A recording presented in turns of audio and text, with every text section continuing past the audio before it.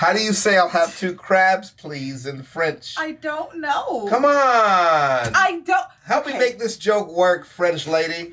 My husband is operating under the delusion that I can speak French. She does. She speaks very well, too. No, I don't. French. No, I took 1.5 semesters of French in college. I got it. You took the fuck out of 1 semester of French in college. And do you know how long ago college was? At least 10 years. Yes. Yeah. Yeah. And you did great. You retained all of it. I didn't retain any of it. How do you say 2? I'll have 2 crabs, please. Part 2 crabs, please. This is the Cretaceous period. Right. Part 2. Why did they say it like that? That's weird. I don't have time to talk. I don't have time to reminisce with you guys. We already got your ice cream. Get back in the car. We're on our way. Why are your grades like this? Why aren't you studying? Hope you guys are doing well. Hope you guys are staying safe and sanitized and sane. And I hope you're eating your vegetables. And I hope you're drinking water. And I hope that you're wearing SPF. We're here with the Cretaceous period, part 2 from Lindsay Nikole. This is my husband. You already know who he is. You already know who I am. Without further ado, let's go ahead and get started. So that was the water. That's the Now waters. Let's move our attention to the skies. Now we're on the skies. Pterosaurs. Last time I had some cute pterosaurs to show you. Told you about some general trends. And this time, I'm going to be honest, I did not really come prepared with general Cretaceous pterosaur knowledge or development. Really, all I have is a list of the most grotesque creatures I've ever laid my eyes on. I'm expecting you to have a very visceral reaction to the sight of them. So I'm going to go in order from the least to most extreme, in my opinion. Okay. So, number 1, Barbaridactylus. Looked like a classic pterosaur with an extremely long and thin mohawk. Of course, that is not a concoction of hair and 99% gel. That is a head crest made of bone. This was the perfect shirt to wear. Here's a related one. Nyctosaurus, an even more badass head crest if you ask me. They are both Nyctosaurids, and they both belong in a punk band, made up of 40-year-olds that still live with their parents, called This House is a Prison. There's a lot of hypotheses for the purpose of these crests. Maybe species recognition, thermoregulation, flight stability, display. It was probably multiple things and different things depending on the species. Because you can't fight with them. What about all hope is gone and these taxes are killing me? As the name of a band? For 40-year-olds that live with their parents. That would be such a long name for the band. That's a good name. All hope is gone, these taxes are killing me? That's a good name for, like, an album. Done. Yeah. Sold. As you will see, they are probably some of the craziest shit you'll ever see in a prehistoric context. Next up is Quetzalcoatlus. Not so much heinous in head crest, but more so heinous in everything else. They were up to 16 feet tall, standing on the ground, with a wingspan of up to 36 feet long, making them the largest flying animal to ever exist. That we know of. I know what you might be thinking. That body form does not seem suitable for flight. And their build confused scientists as well for years. They had extremely long skulls and necks, with very small torsos and legs. Right. So how the fuck did that work? How did even taking off the ground work? Well, this question was answered in 2021. Scientists figured out they must have crouched and leapt 8 feet into the air for their wings to clear without hitting the ground, and then took off from there. Quetzalcoatlus belonged to a specific group of pterosaurs called the Asdarchids. Are we really just moving past the fact that they jump 8 feet? Sure. They just have an 8-foot vert casually? They're Michael Jordan. They just, bro, the back, bro. The Cretaceous period was a terrible time to live. You would have not made it. Cretaceous. They all took on a form that makes you sick to your stomach, but you can't look away from. Another big one is Hatzegopteryx. Dark Souls boss. What is that? Stomach, but you can't look away from. Another big one. That's a Dark Souls boss. Hold on. Hatzegopteryx. Why does he look like that? And once he jumped 9 feet in the air to take off? He's a no-chinian, but like worse. A no-chinian. One is Hatzegopteryx. Technically heavier, but shorter than Quetzalcoatlus, so is also considered the largest flying animal a wrestler by weight version. that we know of. Next. Sungaripterus? Oh, we're going off. Okay, I can't write this fast. She's feeding it a rat.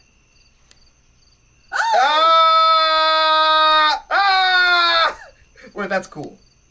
I think I've made my point. You have? What if I just stop the video right there? There were also dinosaurs, then the asteroid hit, then they all died.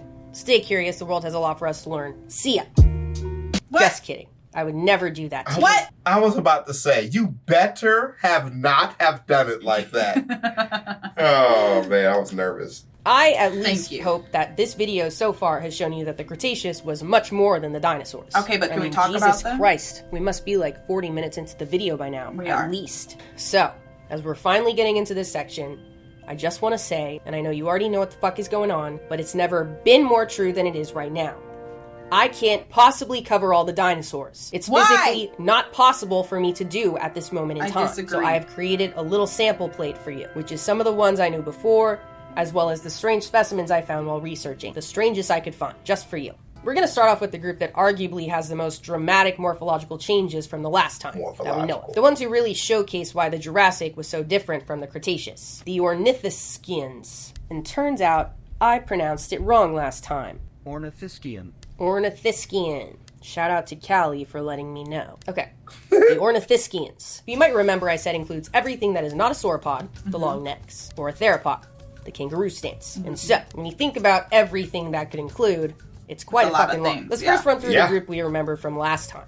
The armored dinosaurs. The Thyreophorans, the group Omar took care of last time. In the Jurassic, this included the Stegosaur form, the most iconic of the time, and the Ankylosaur form, like Gargoyleosaurus. By the time the Cretaceous period came around, the Stegosaur form got booted, and the Ankylosaur form was on top, with some insane neck spines, like Sauropelta. It's no wonder the Ankylosaurs were able to stick around. Those bitches are lethal. Horrifying. But what might be even worse is the fact that they didn't evolve for no reason. You know? Nothing does. The stresses of their ancestors' environment required them to have 2 swords and several daggers strapped, ready to go at all times. Stressors like predators that could get around anything less than that. Strapped up with several daggers is how I aspire to be every day of my life. And it is only my husband that keeps me from doing so. You can't carry that many knives legally. It's a federal crime. Also, we don't even have even knives that you could carry in public at all. We don't have any knives to the standard of you can carry this outside. Oh, I could get some. They're also too long. Okay, so here's what I would do, right? Okay. This is what I would do. Give me your breakdown. Okay, so. It's you, on the street. It's me. I have 2 strapped to each thigh. Ooh, sexy. Okay, 2 strapped. And I have 1 on each ankle. Okay, and how do you prevent chafing? It's 117 degrees outside. They're in my little thigh holsters and ankle holsters, obviously. And they're laced with the skin of your enemies. Continue. Okay, then, hear me out. I have my hair pulled back, and I have a pin in my hair. And people are like, oh my God, the pin is so beautiful in your hair. Thank you. It's a knife! That seems doable. Huh? If I would trust you not to stab yourself with it, I would get you that. And also, I would have little knives in my titties. To do what? Stab your titties? Ooh, use them like titty knives. No. I'm coming. Violently. Suck on these. That's a good one. That's actually a really good one. Huh? You're ruining the fantasy. That's not how it's not supposed to go like this. Is it cold outside or am I violent? Anyway, that's how I would like to be at all times. Your catchphrase.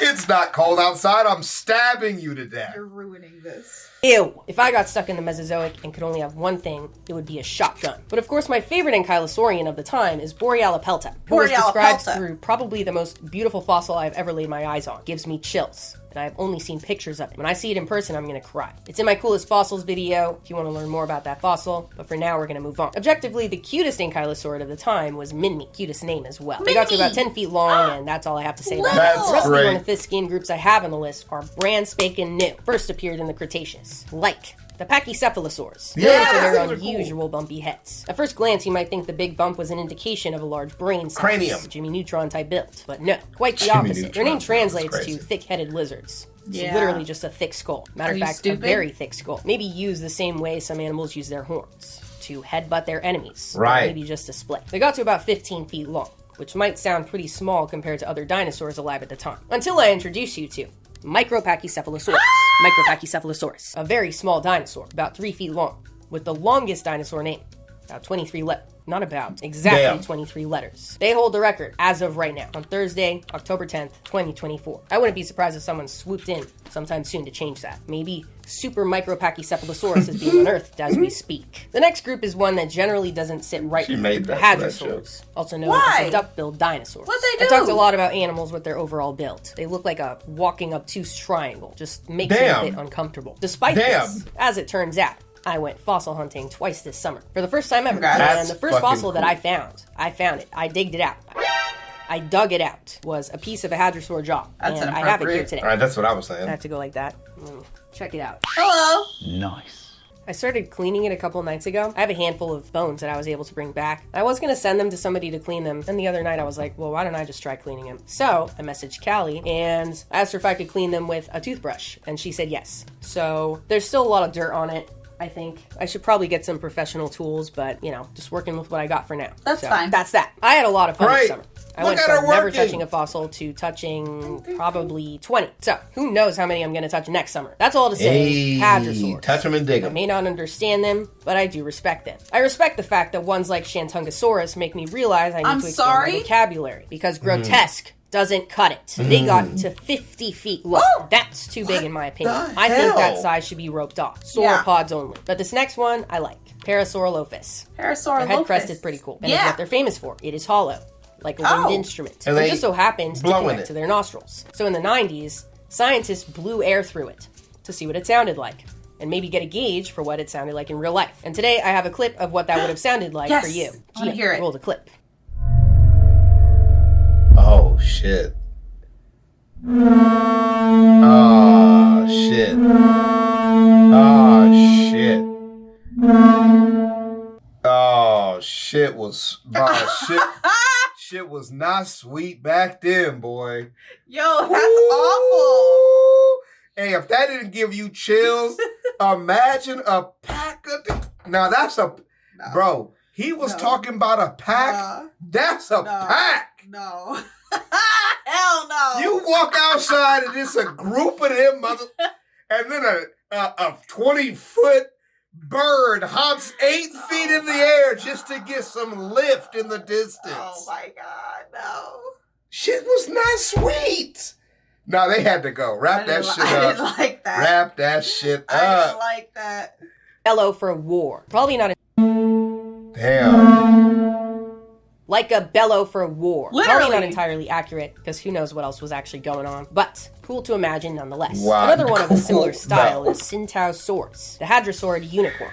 Kind of. Fossil evidence suggests they lived on the edges of lakes in herds and had massive tails to help them swim. Obviously, their head crest is nuts. And initial reconstructions had them looking like they could emit a radio signal. And, the unicorn reference. Then later fossil evidence revised it a bit. Made them look more like a French chef. So definitely kind of looked like Parasaurolophus, but did not seem to have the same radio instrument setup. Their head crest was hollow, but not connected to the nostrils. So, no telling what they sounded like. They just thought. And the last hadrosaur, another similar head crest setup, Lambeosaurus. Looks like a misplaced mitten. And now we're going to move on to the Ceratopsians. Ceratopsian. Dinosaurs.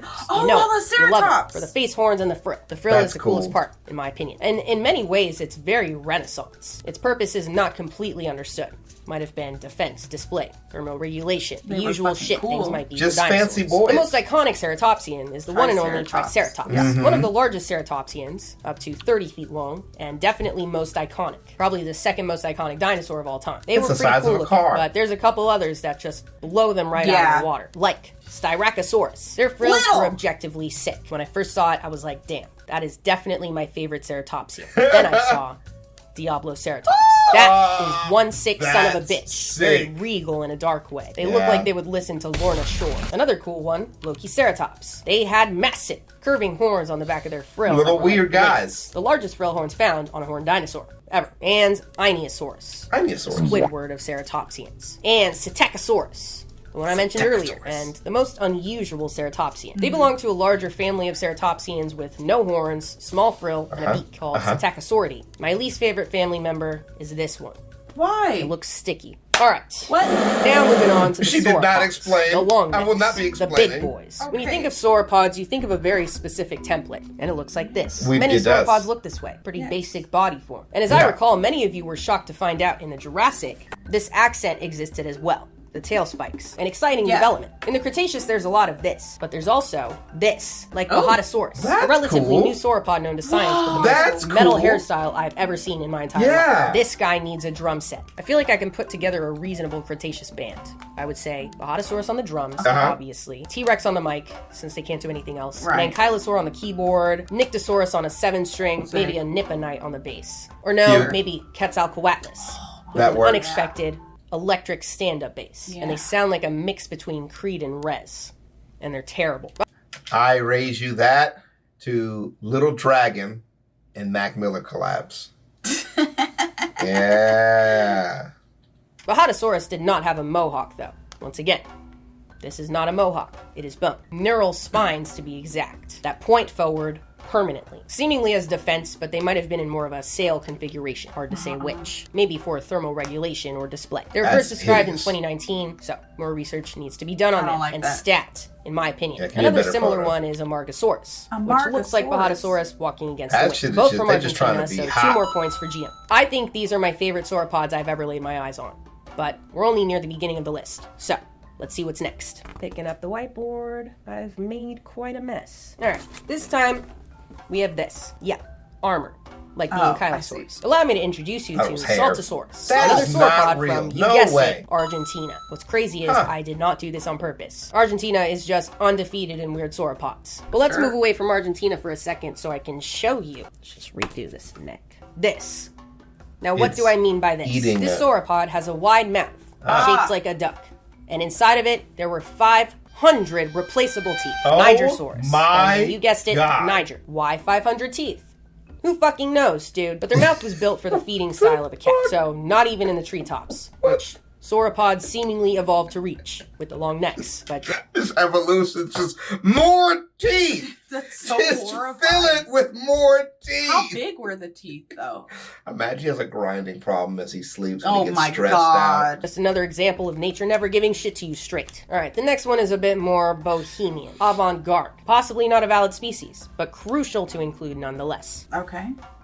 Now, what do I mean by this? Brontomerus. His name translates to thunder thighs. Found in Utah in 1994. They have leg bones that seemingly would have supported the most robust thighs of any sauropod that we know of. But for what? Possibly to kick enemies. Maybe stomping them to death. Maybe just to walk up and down a lot of hills. I'm sure anyone that lives in San Francisco has a pair of thunder thighs themselves. From my understanding, the fossil specimens were pretty fragmented, and unfortunately, the site they were found at had been looted by some fossil hunting bandits. So it's hard to say if this is a new species without more fossil evidence, but it's currently loosely classified as one. Those thighs are one of a kind, but that might change in the future. So, those were some sauropods with a variety of traits. Others came in the classic template form, but in a variety of sizes as well. Like Magyarosaurus, a 20-foot-long dwarf sauropod found in Romania. At the time, this would have been that's kind of cute, actually, in comparison. Hateg Island. So yes, bitches, this seems to be another classic case of island rule. You might remember I talked about in the Homo floresiensis video, the Hobbit people. Island rule is Mother Nature's way of saying fuck around and find out. Islands are where shit gets weird. In general, the smaller the little cows is, the weirder it gets, and the further it is from the mainland, the weirder it gets. Maybe fewer or no predators,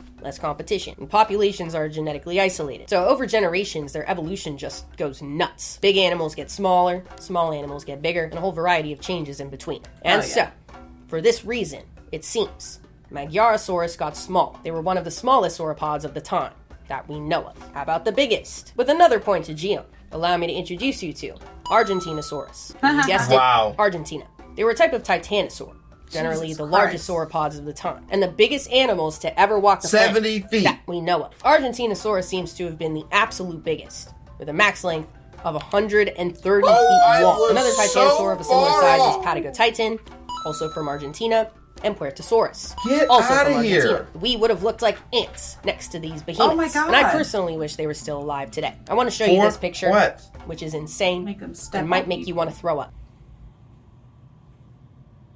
Instead of tying people to train tracks, just like tie them in an area where those things are known to walk around. We don't tie people to train tracks.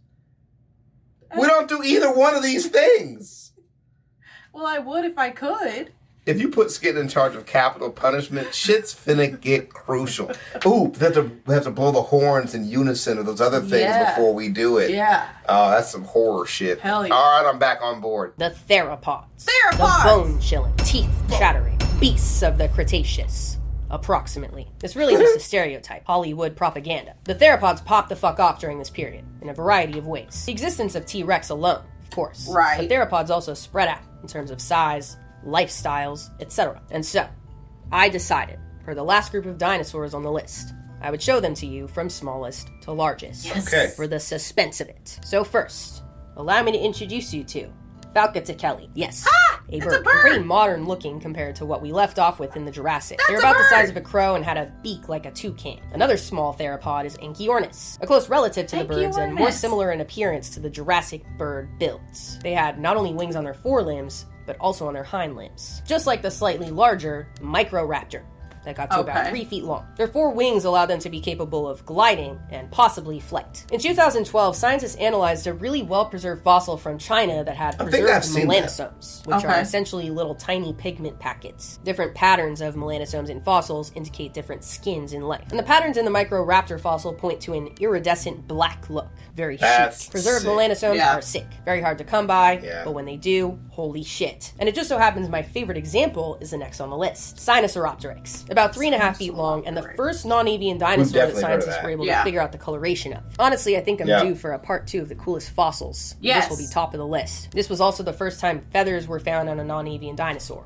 So, this fossil just has it all. It is just the best. By analyzing the melanosomes found in the fossil, scientists found that Sinosauropteryx was a reddish-brown color, with a striped tail and a lighter underside. Very cute. I like that they existed. Alright, next on the list. Incisivosaurus. Oh. Names for the incisor like teeth that made them look like a rodent. They're about 4 feet long. Yes, go ahead. Everything is rats. Yeah. Everything is rat. Even the dinosaurs. The dinosaurs are fucking rats. Every mammal is a rat. rats. Every mammal is a rat. And ate plants. Satisfy This his picture makes rat- them look Oh. British. Oh, God. Next, Velociraptor. One of the most misunderstood dinosaurs in mainstream media Sure. of all What? time. You're probably most familiar with Velociraptor as this. Right. A 6-foot-tall, ruthless killer. Tap their toe claws on the ground to locate children suitable to eat. This, once again, is all Hollywood propaganda because they Boo! actually looked like this. Correct. About the size of a tree. What the fuck? I even know that, and I still imagine them the first way. What the hell? And I still know what they look like. That's not scary at all. I bet you it is it starts eating shit. Huh? Start feasting on some shit. Turkey with a long tail. Probably kept their sharp claw off the ground to keep it sharp. If I have disappointed you today, I'm sorry. But maybe that just means I have to give you a new favorite dinosaur. And maybe it'll be the next one on the list. Concavinator, the camel from hell. Did They got to that about 20. do it for you? Concavinator Did that sounds do it for you? Concavinator sounds like the name of an invention that Dr. Doofenshmirtz would make in fucking Phineas and Ferb. Nice. Like he's trapped. I've made the concavinator. Like he's like fucking. He's got what's his name? He's got Perry the Platypus tied up in like some fucking Jello or some shit. Like It's a big ass like hydraulic press, and you like feed it stupid shit to get it to work. Yeah, I like that. Concavinator, the camel from hell. They got to about 20 feet camel long, so from they're jumping hell. up a bit in size. To me, they look ridiculous, which is why they made it on the list. The bump is thought to be a sail-type situation, helping to thermoregulate or identify each other. For now, it's a mystery. If you watch my T-Rex episode of Junkspiracies, or if you're a theropod sommelier, you'll know that theropods experimented with different size ratios. Small head, big arms. Big head, little arms. And it got out of hand, with animals like Carnotaurus, whose arms seem completely useless. You might recognize it in the recent breakout room in Prehistoric Planets, where they showcase really the only possible function of the tiny arms. To pick up chicks. Don't let them fool you. These animals were clear-cut, certified predators. They got to 26 feet long and had powerful leg muscles built for speed, possibly able to run at 35 miles per hour. This is an aerodynamic design. Imagine the little arms just like going as these fucking. I'm sorry. I understand that they're I almost said they're terrorists. I understand they're terrorists. Don't get me wrong. I understand they're That was the establishment. I understand that they're predators, okay? And I understand that they're dangerous. Yes. But if I see anything running at me with little Little nublets, hands. fucking Yeah. You're cracking up before death, is what you're saying. At least you know they can't hold a gun. What is stopping me from uppercutting you? Not a goddamn thing. Nothing. You can't block. Put your hands up. You can't. Right hook, left cross. These are foreign words to you. His teep kick, though, probably pretty dangerous. Keep your hands by your forehead. I can't read. I can go upper titty. That's as high as I can reach. The experiment went to the other side, too. Like I said, with big arms and a little head. And once again, it got out of hand. With animals like Gigantoraptor, a wicked beast. They got to 16 feet tall and 26 feet long, and seemed to have enjoyed a plant-forward diet. Much like another one on this heinous side of the list, Theropod. They got to 32 feet long and had god-forsaken claws. They got to 3 feet long. 3 foot long claws. Shit. It might be shocking to find out they weren't used to rip their prey to shreds, unless they were ripping plants to shreds. What? Nobody knows. Claws are a big mystery. Some scientists have evidence that points to defense. Early studies suggested maybe digging things up. And the most recent studies suggest they were pointless and only served as decoration. More research must be done. Another one that is also... I disagree. I am but a... What is the name of it again? Go back. Hold on. I am but a Theropod. Mm-hmm. In your natural habitat. That's me. In your natural habitat. Another one that is also similarly wretched like the last two, Dinokairos. Dude, hello. What the fuck is this? Their name means terrible hands, which is true. They're just terrible. Each one was almost 8 feet long, making them the largest arms of any theropod that we know of. They were 16 feet tall and 33 feet long. They also ate plants, but fossil evidence of fish scales in one specimen's stomach suggests fish were part of the diet too, unless that was an accident. The next one on the list is technically T-Rex, which got to about 40 feet long. I had to mention them, but I'm not going to talk about them, because I just did a couple weeks ago, and everyone knows what the fuck is going on with it. This is the dinosaur. It'd be like telling you what a dog is. And because the last one on the list is going to be a shit show, I would rather just get it over with. Spinosaurus. What's wrong with it? I can't believe I'm saying this, but I have to talk about Spinosaurus. What's wrong with it? I've said before I would never talk about Spinosaurus. Why? The Spinosaurus fandom scares the shit out of me. I refuse to open that can of worms. I'm not doing that shit, and now I have to. And there's no way out of it. Spinosaurus is that one dinosaur you wouldn't touch with a 10-foot pole. Shit with them gets updated like every 2 weeks. Not little things like what color their toes were, but complete lifestyle shifts. An absolute diva of a fossil. The story of their discovery over the length of like a century alone makes them the most dramatic dinosaur to ever exist. It involves a World War II bomb, a search for an unidentifiable man in Morocco. It's a story of love and loss, and one that I might make into a whole Spinosaurus species spotlight video in the future. Do it! Might, but not today. I'm not jumping right into the deep end near the end of a History of Life episode. I'm just not. I'm just we had keeping time. it as simple as possible right now. Spinosaurus was definitely a predator. This video is 1 hour, 10 minutes, and 55 seconds long. You're telling me you couldn't take an extra 5 minutes? Give me 8. To talk an extra 8 minutes? Delete it. Delete the whole last hour of video. Trim it all. Cut it all out. The last hour and 38 minutes of video. Trim it out. I want it gone. I don't want to see any of this ever again. She said 6, 7. Well, because like... Oh, no, I don't. I wasn't counting. 1, 2, 3. I wasn't counting. Mm-hmm. I was deciding which way to do the 3. Oh, I totally listen, because I was like, ooh, okay, 8, right? Mm-hmm. But then I was like, no, I don't really like that. What I would like to do is this, right? But I don't really like that because I started like this. So that, but like this looks weird. So then I was like, So what'd you end up with? What was the final call? I think I did this. Okay. I wasn't counting. I know how many is 7, 8. 8. I know how many 8 is. Okay. I mean, we do now. And that's what's important, is about how we get there. I need you to understand that I know how to... I love you anyway. I can count to 10 without my fingers I loved you before this. I'll love you after. Let's continue. Batten down your hatches. We got a lot more complicated things here than counting. Oh, okay. Spinosaurus was definitely a predator and is the longest predatory dinosaur to ever exist. that we know of. They got somewhere between 40 to 50 feet long. Golly. It was thought to walk on Crazy. 2 legs. Then it was concluded to walk on 4 legs. Then it was concluded to swim. Then dive. Then not swim. Then swim. Then walk on 4 legs on land and also swim. What? Okay. Then not swim. It's probably going to be outdated by the time you watch this. Before we get to the asteroid, like I said, I have a little bonus section for you. Cretaceous I'm ready. dinosaurs are the most iconic extinct animals in our eyes. And when we think about them or see them represented in media, they're often placed in tropical or temperate environments. We think, What in the hell is happening out there? Did you hear that fire? Why are we lighting off fire? Right outside my goddamn house. It's the 28th of July. It's 8:30 p.m. The sun just went down in the desert. It just went down. What? That was a full-size firework. That was so weird.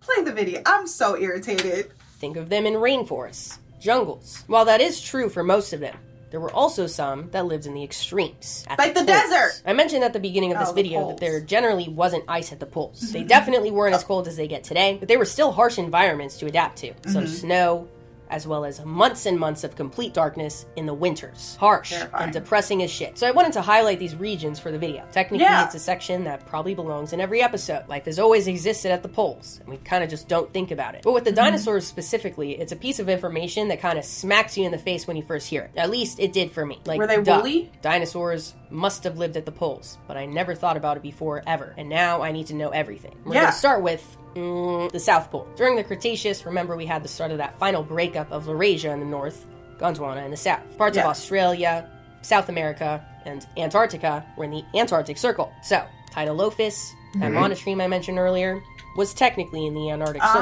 as well as the Oh. relative Steropodon, who was We just could have used this Hold on on. a map. That would help. Yeah. platypus in form and shape. It's probably not surprising that mammals were in colder latitudes. That's their thing. They thermoregulate and can live at the poles. Well, like I mentioned before, I had saved a second amphibian for the bonus section, and it turns out to be one that lived in Antarctica. Pterosaurs. Such a sick-ass name. Sounds like Okay. they were named by some random guy in Venice Beach. And they It's Coolasuchus. Get it? You got me so excited Mm-hmm. to show me a tadpole. With teeth. This is terrifying. It's the first tadpole that we know of. This is disgusting. And the face that she's making at this very moment makes her look guilty. It This makes- is horrible. I was expecting a frog. You already saw the frog. I thought it was another frog. We're all- This looks like it's going. This looks like a chest burster. This looks like it's going to gnaw its way out of me. Let it go. I'm so mad. Let it go. also alive in Australia, arguably the Venice Beach of continents. They were named after the woman who prepared the fossil, named Leslie Cool, a very cool name. It also Nice. works because Coolasuchus Look at lived in a this cool climate, rendition. so double whammy. They were actually one of the last temnospondyl amphibians on the planet. As they No, should be. remember that more ancient lineage of amphibians that was getting replaced by the more modern amphibians, the less amphibians. Coolasuchus clung on for dear life and was likely only able to survive by living in a cooler environment that other amphibians weren't really down for. They were 10 feet long and had mouths lined That's with 2-inch long fins horrific. and preyed on turtles, fish, and possibly small dinosaurs in their habitats. There was also Morosaurus, alive in what is now Argentina, and another dinosaur, Laelianosaura, shows evidence that's of burrowing to escape the cold. There were Like a also some lemur. plesiosaurs in Antarctic waters, like Aristonectes, I mentioned earlier, and Know those. Marginaria, whose face I don't like very much. They were filter feeders, which is why they looked like that, sifting through sand to trap small creatures in their mouths. A horrific way to go, if you ask Yeah. me. In this mouth. Alright, how about the North Pole? There's lots of evidence for different ways animals adapted to the cold and darkness there. That's like a cute, migrating. Edmontosaurus has evidence of migrating Alright. in herds, traveling south for He looks winter like a to nerd. escape the cold. They're about 40 feet long, All So I'm right. just talking about Oh, Magic the okay. Gathering. heinous in size. And to put that into perspective, here's an actual picture of me holding an actual Edmontosaurus metatarsal, which to us is a little toe bone, and on them is that little bone right there. Look how big that That's little bone is. That's compared to me. humongous. Also, I'm 5'4", by the way. I know you think I'm smaller in relation to other things around. You are about as small as they come, my dear. They don't make them much smaller than Now, that. to be fair, I did not think she broke the 5'3" barrier. So, I mean, that's a little ridiculous on the size scale, don't you think? are you 5'4" with or shoes. without the hat I on? was going to say with shoes. I was like, bitch, she got shoes on.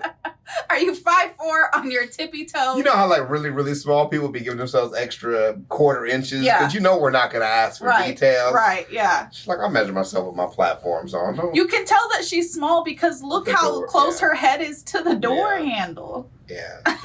And that's a special small people door for small houses so she could reach it. The other one, she had to jump up and slap it open, and that's just rude. I'm saying that as a fellow short, by the way. I can do this. I was going to say, mind you, we are not tall people. We're not tall people at all. But I am taller than you, so. Hey. But my cat just so happens to be big. My base is abnormally long, and my clothes are also just very big. And my ceilings in my last place were also unusually tall. I'm 5'4". I am the average height of the American woman. Average. How long ago? How long ago was that determined? Because I don't think that's true anymore. You know, I've heard, I have homeboys that have the same, and it's about what we love about you. Right. You know what I'm saying? Yeah. Like, It doesn't help also that your hair is very long. Facts. You have species long might hair. have migrated, others stayed during the dark months. Like Pachyrhinosaurus. This is a picture of me holding a Pachyrhinosaurus bone. She looks at a so Pachyrhinosaurus geeked. Yeah. site. Did you see the news about the big Pachyrhinosaurus skull they excavated? I was there when it was still in the ground. So, anyway, analysis of the growth rings in their bones suggests they grew rapidly in warm months and stopped growing in cold months. A helpful adaptation, if you ask me. That way you can save energy, not using it so much on growth. And possibly the coolest polar species is a Tyrannosaur, called Nunexsaurus, which means polar bear lizard. They got to about 22 feet long, so much smaller than other Tyrannosaurs like T-Rex. And this is thought to be an adaptation to harsh polar environments. He's Seems kind woolly! of opposite to what we think of with mammals today, which generally get larger, closer to the poles, but different factors impact different groups differently. So, it's not known for sure, but that's the idea. Clearly, the dinosaurs had an insane run. 180 million years of domination in every part of the food chain at every latitude. But on one spring day, 66 million years ago, it ended.